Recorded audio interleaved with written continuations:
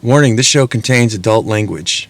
Welcome to another edition of Up and In It. I'm your host, Adrian Babashoff, and if you're new here, welcome as well. And if you're wondering what the show is about, it's entirely dedicated to improving quality of life for both people and planet through liberation and independence, moving you from surviving to thriving and living life on your own terms. All right, I want to talk about gardens today in your front yard. Lawns to gardens is the theme, but I want to know from you guys. I want to do like a whole series on stuff like this, and I want to know from you guys in the comments below.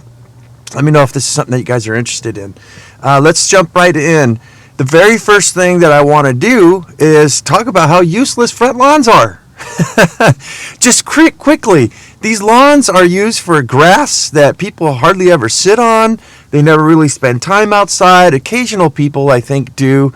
Mostly the Asians and Latin Mexican communities. You see them out with their lawn chairs and stuff like that. For the most part, though, at least here in the Americas, a lot of people just have this wasted space. Why not turn it into a garden or at least like a refuge for insects, which is my first note here, is insects, refuge, and decorative looks. Now, we can decorate our front yards and make them look nice if you don't want to grow edibles, and maybe you're not so much allowed to because of the Department of Make You Sad, the building departments and such.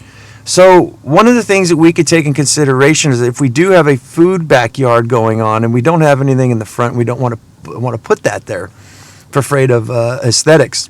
What we could do is start to design things that attract beneficial insects. So what you're doing is you're utilizing your front yard to bring in, say, butterflies, which I had a job. It was peculiar, I thought. The woman, we did a demo on the construction of her house there, and there was a bunch of debris, and I started to reach under the plants to pull the trash out, and she says, no, don't touch anything, please. That's where all my butterflies are at, the larvae. I said, really? I learned something.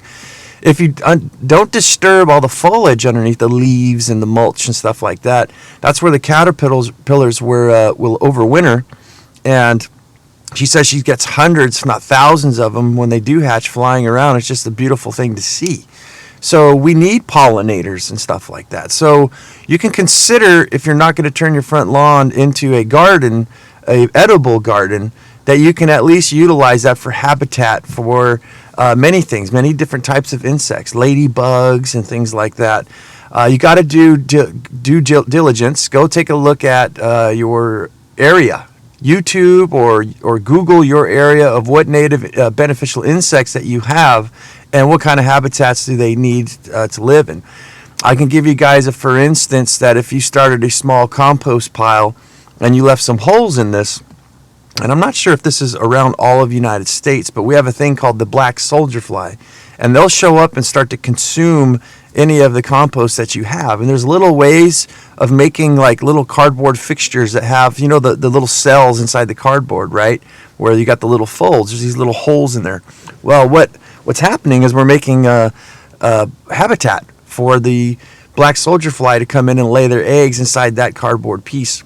So, of course, this is something that you wouldn't want to do in your front yard, but there's multiple other things that you can do where lizards are actually a very good thing to have. And what you can do is you can build up some rock formations, in your front yard, make it look like a dry, waterfall or something, a little landscape where you can actually intentionally make a lot more crevices in areas for them to hide. In the wintertime, they'll go and hibernate and they'll sleep under these inside these crevices away from predators and things like that. If you have a house cat, which I have cats that visit my home all the time, and they just pretty much massacre all the lizards. It's like there's no chance for them. But I noticed by building little brick structures and things like that with intentionally hard crevices where the cats can't get into, some of the lizards actually survive. So you can do this for birds. You can make little bird houses, decorative bird houses, bat boxes, and things like that. And I think we owe it to nature to give a certain percentage for them to live. They have a right to be here as well, but beyond just because it's the right thing to do and to provide them food, since we've taken over the cities and made nature, our slave. We can actually make places for the bees and create flowers and stuff for them to pollinate and stuff like that. And then that's going to do is slowly after the abundance starts and you don't touch anything, you don't move much, you're going to have those insects and those animals moving towards your backyard and giving them a place to actually live. And if everybody did just a small portion of this in their front yards or even in their backyards, can you imagine the rebound that we'd have back in nature? So decorative looks and refuge for animals and wildlife, basically.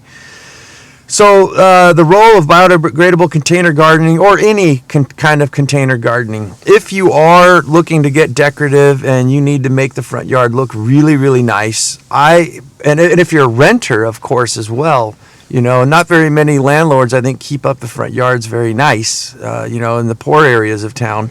But the role of container gardening is that you can swap stuff out.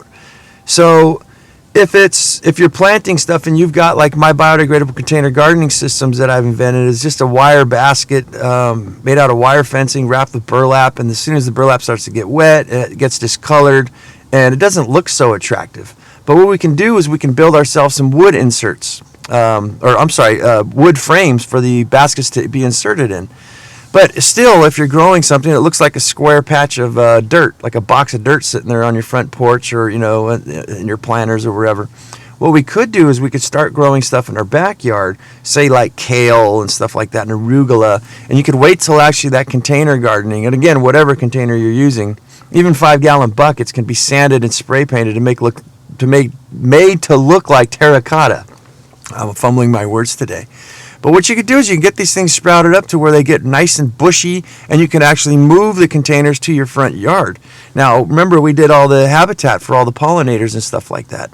If you have such plants that need to be pollinated, such as cucumbers, zucchini, tomatoes, and things like that, you can move these as they're blooming to the front. And then once they start to die off, you can move them back into the backyard and finish them off, say like tomatoes. Here, I live in San Diego, California, and the tomatoes will start to dry up and get damaged from the cold. But during their lifespan, if I keep them clipped up and nice and neat, they look really pretty, really pretty. There's lots of greenery. You can get a bucket or a container full of arugula or mint, and you can place that out strategically, set these things up in formations. That's what I like about container gardening, is that it's like Jenga. You can move stuff around and you can configure them into different things, so your front yard's always changing. You can actually grow flowers in containers too. Like, I prefer to do everything that has a use. Like marigolds, regular old marigolds have a use. They attract bees and stuff like that, and they repel gophers and there's a lot of stuff that's purported that it does. But I prefer to have the edibles. So a lot of people don't know that there is actually edible marigolds. Lemon gem, tangerine gem marigolds. They look really pretty. They got these bright orange and yellow stripes on the tangerine gem marigold species. The lemon gem is just this fluorescent yellow, and they're tiny, tiny little flowers, but big and like large abundance of flowers. And you can put these things on salads. You can put them on spring rolls and stuff like that. They're really decorative. Not much of a flavor just by themselves, but they're pretty good. But yeah, there's a lot of decorative things that we can do where we're stacking functions as well. We're using the permaculture principles to where we're giving aesthetics. People who really care are going to look at the front yard and say, oh, wow, look at how beautiful all those flowers are, not even knowing that the nasturtiums, let's just say, that you're growing, that grow in a big old afro, a big bun, right? A big old bushel. That these things are providing decorativeness, aesthetics, so it's aesthetically pleasing to both the owner and the passerby. The animals and insects, mostly the insects, I think, are the bees and butterflies and stuff like that, are going to like to go and suck on the pollen, collect all the pollen there, and that in turn is helping out your garden to attract them, to give them even more food. So we've got many, many things going on here if we just start to get the mentality straight. Moving forward, you got free wood chips. Now, this is again going to be the role of container gardening, and I'll talk about why. But first of all, free wood chips. If you're living in the city and you've got a front lawn and you want to get rid of it, you can, if you went about a foot deep of wood chips. And if you did something like palm fronds and stuff like that, or maybe laid out, say, some cardboard. I have my problems with cardboard. The glues and the inks and stuff like that. It's just not natural to me. I mean, newspaper could take, years to degrade. And I know some people are doing some extra things like inoculating the cardboard with like a mushroom thing that, spores that actually will start eating it, a fungal rather. But if you get by with about a foot of free wood chips and you place that right over your grass, there's a good chance that the majority of the grass and everything is going to die out, and it'll actually work as mulch. You got some green down there. And of course, you got stuff like crabgrass and stuff like that that'll throw runners, but you can easily get this maintainable if you have the time to and the energy to do so. But what's happening here is that if you're able to put a foot of wood chips, and you can get these for free, by the way, just go down to your local tree trimming service companies, Google it, or use the phone book or whatever they've got there, wherever you're residing. Give them all a call, and what they're going to do is they're going to come and dump this stuff probably in your driveway. They're not going to want to back up onto your lawn, so you're going to have to shovel this stuff out. But you can get multiple different types, and you can be specific. That's the one thing I think that you guys might want to be specific. Like, I had the experience of getting wood chips to where they had some acacia thorns, right?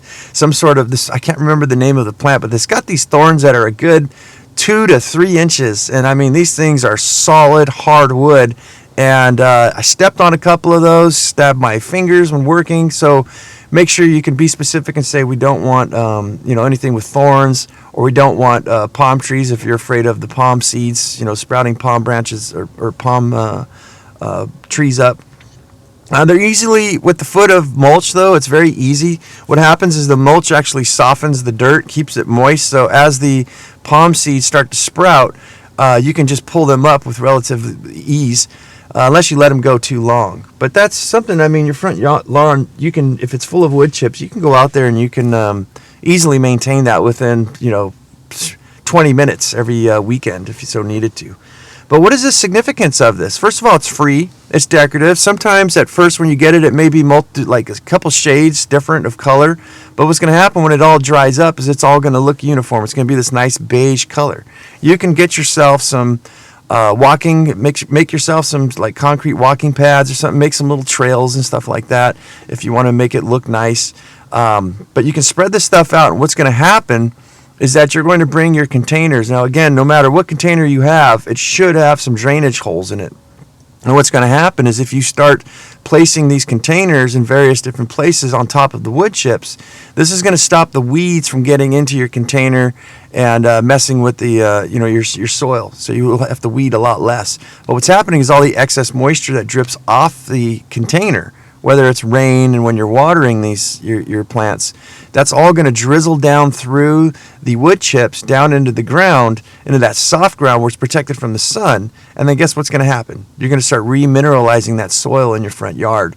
So with the intention, if you wanted to do a beautiful, nice garden-looking front yard, and you had the leeway, the capability of doing this, and also you were allowed to do so, what's going to happen in the next 3 to 5 years is you're going to have some of the richest soil on the planet, because you're feeding the microbiology underneath with all the worm castings, compost, and the excess juices that you have coming off your plants. So something to take into consideration. If you don't want to do the whole thing, you can actually do partial areas.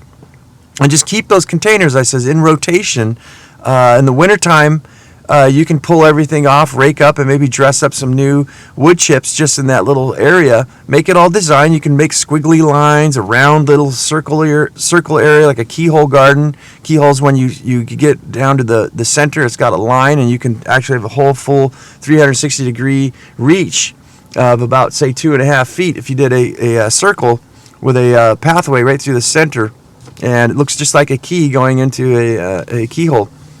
And you can dress that little area up, and then once everything's ready, in the springtime, you can go to your backyard, get your starts and your plants all grown up, and take those things and relocate them out back to your front yard for that season. All right, trees to consider. Now, I always see useless trees in front of houses. It's ridiculous. It's just ridiculous. But I have seen some really cool trees, like some olive trees. They look really pretty. They're very durable. They shed a lot, though. There are some problems with shedding with leaves and stuff. Like, to me, that's free compost. But there are things to take in consideration. The problem I have with fruit trees is that like apricots. We had one in one of the houses we were living in, plums and things like that. Actually, we've had fruit trees on our farm where I used to live in South America as well. Another day, another story. But the problem is these fruits come all at once. That's the big problem. Living here in North County, San Diego, when I'm driving down the road, I see people with apple trees. I see them with persimmons. I don't know what the special thing is about persimmons. Why there's so much. But I've seen lots of lemons, lots of limes, rarely avocado trees. But I do see them, believe it or not. Here in California, you guys are probably going to go berserk when you hear this. But I have seen avocado trees with avocados all over the ground. I've done roof service jobs to where the client told me, please get rid of all those avocados. They're in my gutter. They're all over my roof. If you feel free to pick them all off the tree so I don't have to deal with it anymore. I had probably about 255-gallon drums full of avocados. I was giving them away. But yeah, the problem is that the fruit comes all at once. And if you're going to eat apricots, when everything ripens, basically, the majority of it starts to ripen. You get a couple here and there. Mostly at the top where the sun is, it seems like that's where all your fruits like to ripen first. That's if the birds don't get them. But when you do get them, you're probably going to be running to the toilet if you eat a whole entire bag of apricots or plums, apples and stuff like that. So there are many things that we can do to remedy this problem. What I'd like to see happen, or what I would advise, is to grow actually some rare, different breeds of plants, like rare ones, because most people are growing the same thing. If you look, it's apples, it's tangerines, orange, lemons, there's a dime a dozen. You'd have to go around your neighborhood and see. But if you're growing some different things, like I have a list here of like moringa, mesquite, date palms. Now, on this note, I would like to say too, is that we want to try to plant some trees that aren't going to die. Here's the other problem with trees, is that we get weak species, just like animals, just like vegetables and stuff like that. Nothing that you did wrong most of the time. It's just that it had weak genetics and it died off. The key is if you had a large piece of property, plant as many diverse species that you can, and as many of those species as you can. And whichever ones die, they die, and whichever ones live. But the problem with your front yard is you only get one tree, maybe 2 or 3 or 4, but that's it. You don't have that much space. So you want to find something that's indigenous to your area. Again, just like we were talking about the insects and stuff like that, and the type of flowers as well. I think I forgot to mention. Any kind of plants that you're going to plant basically in your front yard, let's try to find something that's like drought tolerant, right? And something that's native to that area, like cousin or something like that. So if you find an ordinary breeds, like I just put here, is Moringa, which it's the tree of life. If those of you have never heard of it, it's very pretty. It grows really fast. Real minty green leaves with these large pods on them. Moringa, it has all the vitamins and nutrients, supposedly it's said, to sustain human and all living life on the planet. Food consuming life, life that needs food, basically. And it actually has a really good taste. You can when you pick the green shoots, they're actually light, herbally sweet kind of flavor. The seeds, I guess, are edible as well. I've kind of on the fence about eating seeds. But these are things that a lot of people don't have, and has very medicinal and nutritional values, and you can grind this stuff into powders and stuff like that. A lot of people don't know that the mesquite tree, if living where I am in very dry conditions, mesquite flowers are actually edible. Date palms, of course, the dates are edible. They're very sweet, and these are things that grow in the desert, in harsh environments. So depending on where you're at, finding those kind of species, but also getting a diversity of stuff that's not so regular. So now, while Bob down the street's growing those apricots that ripen all at once, and he's crapping his pants, and he's got to sit in the bathroom eating so much apricots, you can go and barter and trade and give him some moringa leaves or maybe some dates and stuff like that, things that a lot of people aren't growing, and swap out and go get your fill for the year of your apricots, plums, apples, whatever it is. Make yourself a couple pies and stuff like that, and you don't even have to grow it. Now we have diversity, and we're also creating community. But I think that a lot of people in life generally, which is another talk in and of itself, but it seems like everybody follows the same thing. So we have everybody growing, it's over here, super common for citrus, I can't believe in this dry climate too in this area with the water problems we have. But avocados and stuff like this, just dime a dozen. Everybody's got them. But the moment that somebody could diversify, now we could all start sharing. And this creates, like I said, a community, a feeling, a purpose. And it lessens the load on everybody. It's just one less thing that you have to do. And it gives you the variety. Who wants to live on the same thing? You know, guys, believe it or not, eating avocados every single day, this is the first time in my life where I was like, okay, I'm kind of bored of avocados now. Not to say I wouldn't, I love them. I have a love affair with avocados, but I'm kind of like, oh, let's try something different. Okay, so moving forward, wild edibles as undergrowth. My first one I have here is mint. And that's not really a wild edible, but I guess it is. I found it in the mountains and by streams and stuff like that. One of the things I think a lot of you guys maybe are this is the olden days when we had a leaky faucet that we didn't want to fix. We never got the time. It just so happened that some mint seeds or somebody had some mint in their garden fell in this area, and because of all the wetness of that drippy faucet, there's just mint exploding out of this area.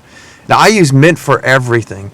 I did not know tzatziki, I think it is, the Greek yogurt mix that they put on the gyros and stuff like that. I think it's tzatziki, I can't remember.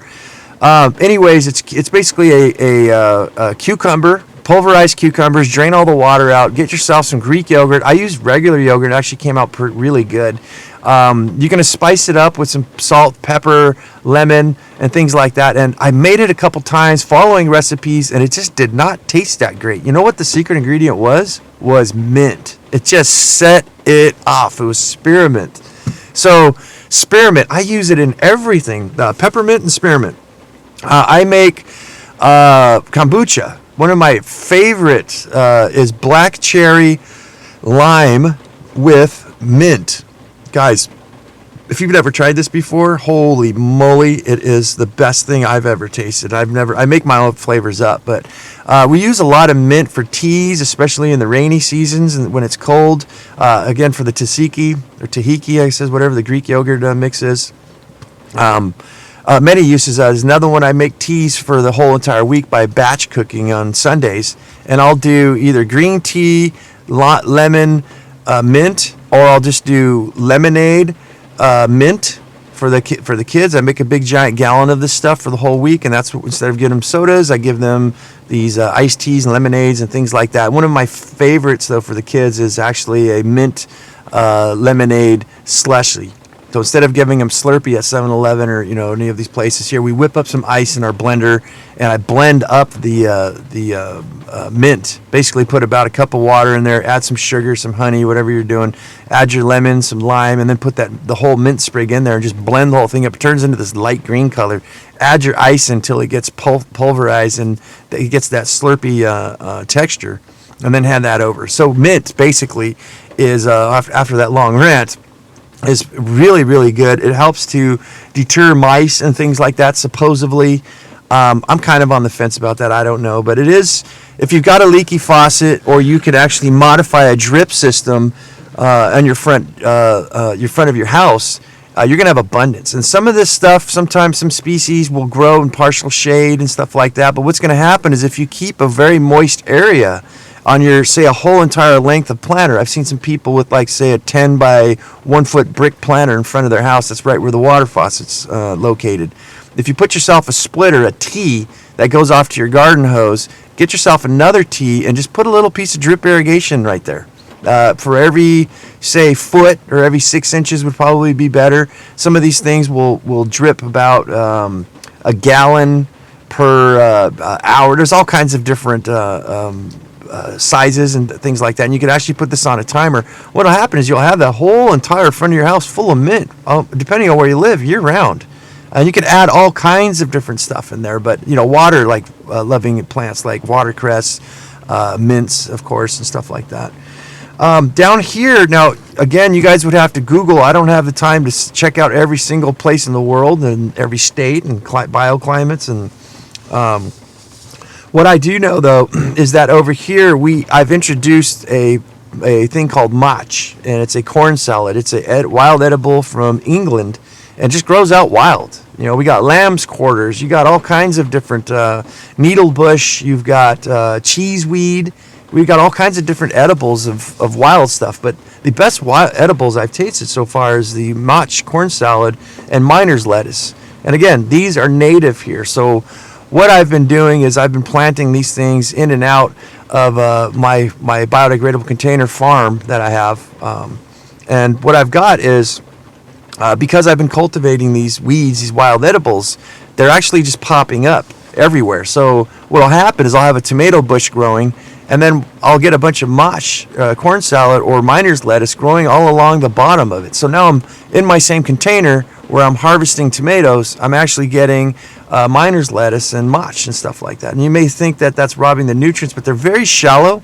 In fact, they don't need much nutrients. They're wild edibles, right? They're not sitting here needing worm castings and stuff like that. But when you give them worm castings, they just explode. So what happens is you're going to see, like some of my containers, it's just this giant bushel of mach, or right now I've got the miner's lettuce. Then right through the center, jettisoning up, is going to be a cabbage or a tomato or something like that. So you're stacking functions. We're getting two things from one, but in an edible landscape, if you had planters and stuff like that, and it's called my drop and forget it method. And what happens is things just start to grow by themselves. I've got stuff like celery I let just grow up to flower, and it's got these really tiny seeds. And what's happening is the celery seeds blew in the wind and fell over, and I've got those as well popping up everywhere, underneath, in the shade, wherever they will. I don't really have to do anything. They just come up on their own. So what's happening is I treat these little seedlings like microgreens. When you're going to weed, because these things will get out of control. A lot of the plants, you won't believe, you don't have to really do anything. They just start sprouting through cracks of bricks and everything. But unlike when you were weeding before in your garden or your front yard and throwing stuff away or mowing it over, now you have these edibles. So you can actually reach into each little crevice in between your rose bushes and things like that, pluck these out and actually eat them like a microgreen. So you're getting lunch, you're getting exercise, you're in the sun, you're creating beauty in your front yard, and you're getting a snack. And these things will just proliferate. Dandelion's the same one. I've always wanted to do this. I never really got into it. But the idea is to go and save all the dandelion seeds on my front grass. I started out with a little paper bag, basically a little lunch bag. What you're going to do is you're going to pick it up when it turns into that bright white flower, and you're just going to break that flower inside the bag and keep all those seeds. You're just going to keep filling up these things. You can go down to your neighborhood, down the street to your parks and stuff like that, and just collect dandelions. Dandelions have many, just like many other plants. Dandelion roots are a substitute for coffee. They have many other, I think it has a liver or kidney. I think it was a liver flushing proponent to it. The green leaves are edible. The flowers are edible. They actually create food for bees and stuff like that to come pollinate. And if they're done right, if you look at this wild weeds, these things I'm talking about, if they were done in a whole planter area, different times of the year, and they're not very tall, they're very close to the ground, the whole entire thing is going to give you greenery. Go and spread those seeds out, during the winter or right before spring, depending on which climate you live in, and then you'll have an entire growth of uniformity, I guess is what I want to say too. So you'll have the dandelions, and if you just looked at it from the street, you wouldn't be able to tell whether that's lettuce, grass, or whatnot. I think you could tell whether it's grass or not. But it would just be this big abundance of these green edibles that you can actually go and eat and harvest, save the roots, dry them up, grind them into powder. You could use them as medicines. We have so many things around us that we actually could utilize and don't really have to fight and try to care for to make it live. And we can have beauty on the planet instead of these square lawns that serve nothing. Right? If you guys do yourselves a favor, the lawns came from the high kings who would have, I think it was in India or something, and he had all his women out there with scissors chopping by hand to create this lawn, this beautiful lawn area, so he can walk over and not get his feet dirty, and just because he could. And then look at us now. What is that serving you? It's emptying out your wallet. It's destroying nature. It's causing pollution. It's just a horrible thing, and you're not even utilizing it. Lawns to gardens, I think, is the answer. Again, guys, I would love to do a series on helping you guys out to turn your front lawn into a garden. I just don't know what everybody's interested in, so I'm just kind of throwing stuff at the wall to see what sticks. Comment below. Let me know what you guys want to hear about, and I will tailor towards your guys' needs. So, guys, like, subscribe, share if I brought you guys some value. Sharing will definitely help me get the show off the ground. And I guess there's an email. So, guys, as I always say, go out there and have yourself a near life experience. Don't lose your muchness. Carry on the fire. And human up, my friends.